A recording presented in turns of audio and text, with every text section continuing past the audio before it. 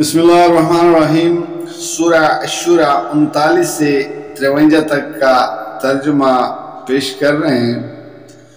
اور جب ان پر زیادتی کی جاتی ہے تو اس کا مقابلہ کرتے ہیں، برائی کا بدلہ ویسے ہی برائی ہے، پھر جو کوئی معاف کر دے اور اصلاح کرے اس کا اجر اللہ کے ذمہ ہے۔ اللہ ظالموں کو پسند نہیں کرتا۔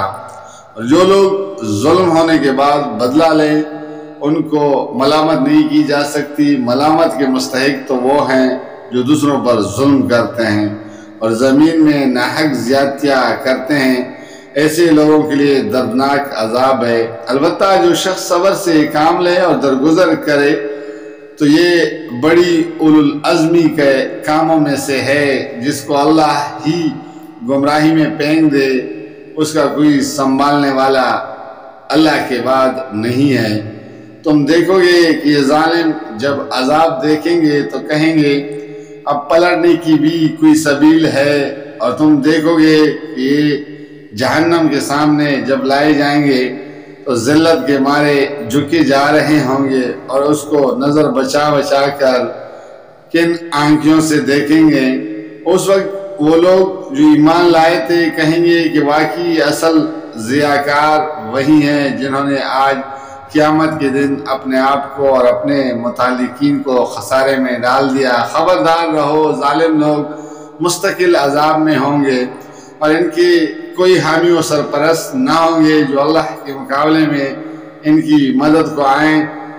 جسے اللہ گمراہی میں پھینک دے اس کے لیے بچاؤ کی کوئی سبیل نہیں۔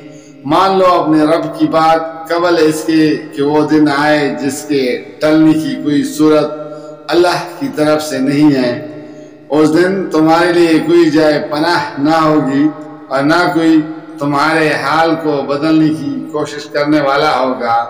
اب اگر یہ لوگ منہ موڑتے ہیں تو اے نبی صلی اللہ علیہ وسلم، ہم نے تم کو ان پر نگہبان بنا کر تو نہیں بھیجا ہے، تم پر تو صرف بات پہنچا دینے کی ذمہ داری ہے۔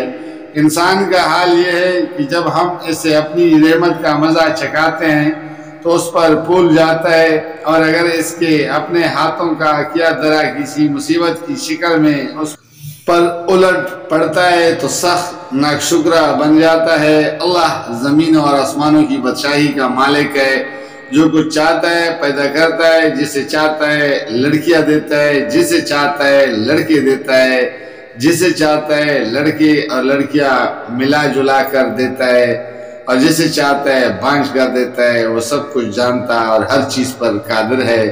کسی بشر کا یہ مقام نہیں ہے کہ اللہ اور اس سے روبرو بات کرے۔ اس کی بات یا تو وہی اشارے کے طور پر ہوتی ہے یا پردے کے پیچھے سے، یا پھر وہ کوئی پیغام بر فرشتہ بھیجتا ہے اور وہ اس کے حکم سے جو کچھ وہ چاہتا ہے وہی کرتا ہے۔ وہ برتر اور حکیم ہے۔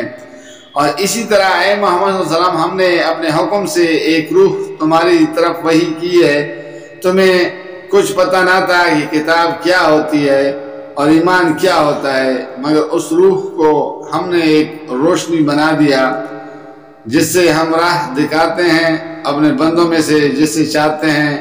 یقیناً تم سیدھے راستے کی طرف رہنمائی کر رہے ہو، اس خدا کے راستے کی طرف جو زمین اور آسمانوں کی ہر چیز کا مالک ہے۔